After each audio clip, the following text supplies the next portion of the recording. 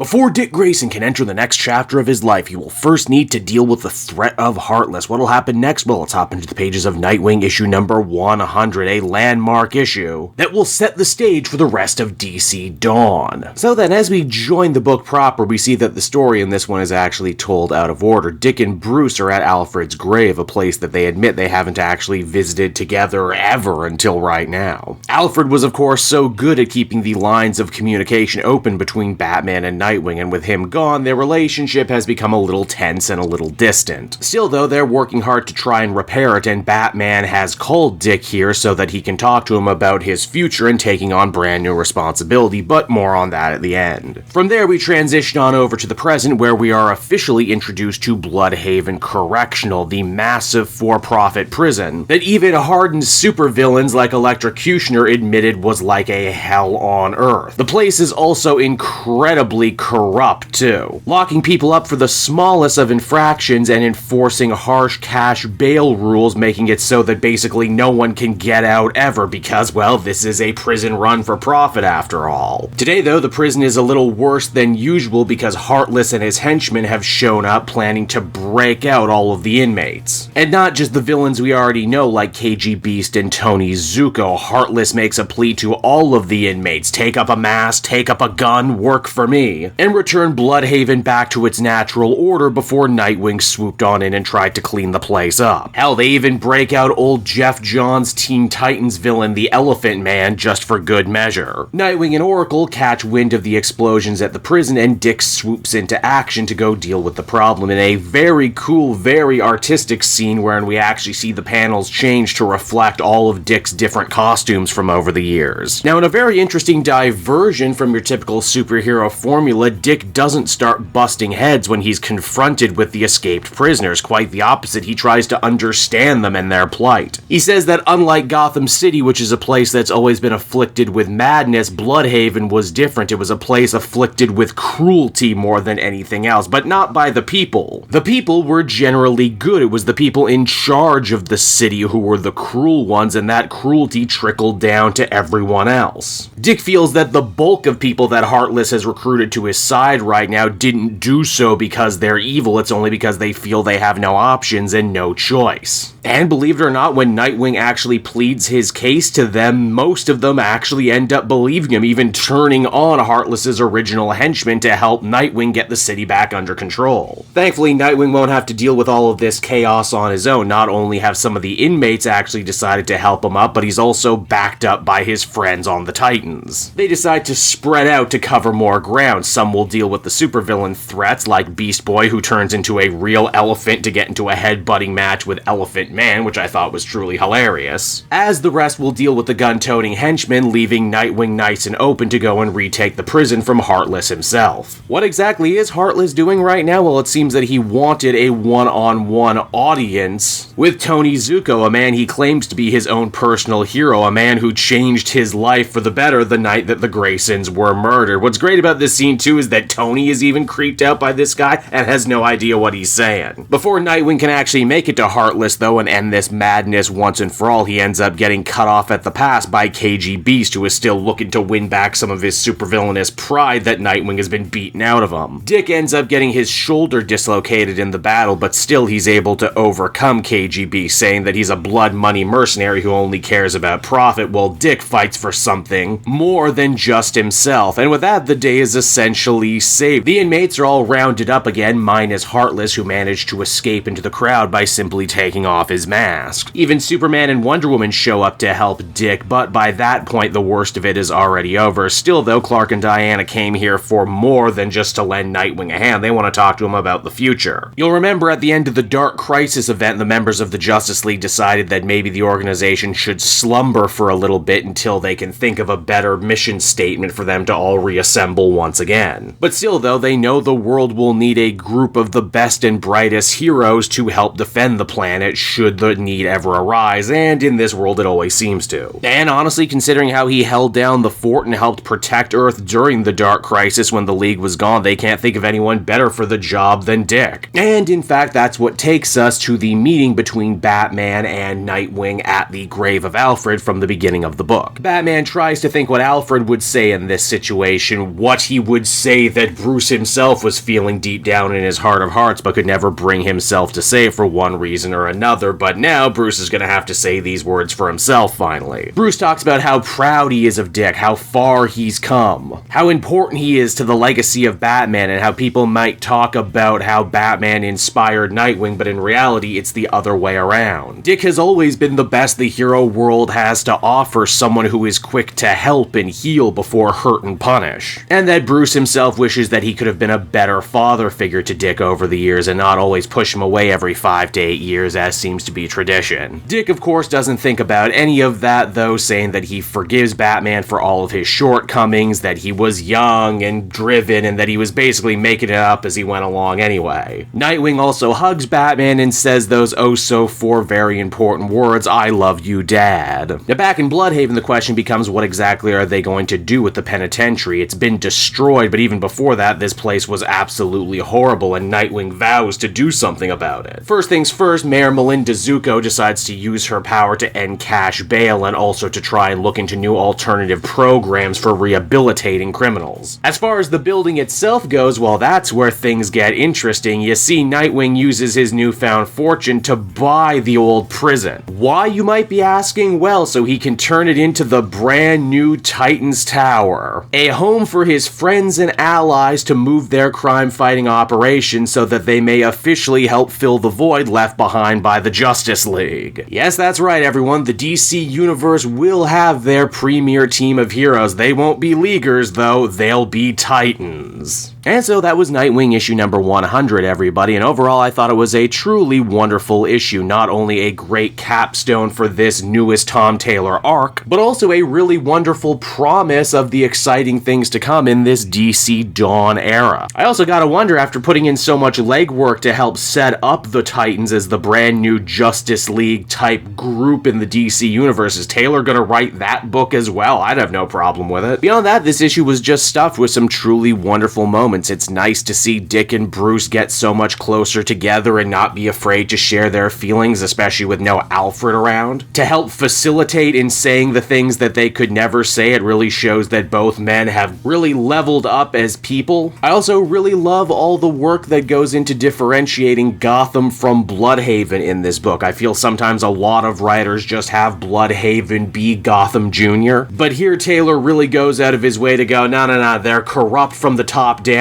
not the bottom up, and a lot of their issues are systemic and the sort of thing that Nightwing wants to actively attack instead of just beating up people. I would give this issue a very well-deserved 10 out of 10, and I would say even if you're not reading the Nightwing book, you should probably pick this one up anyway, because it's going to be really important to the future of the DC books in general.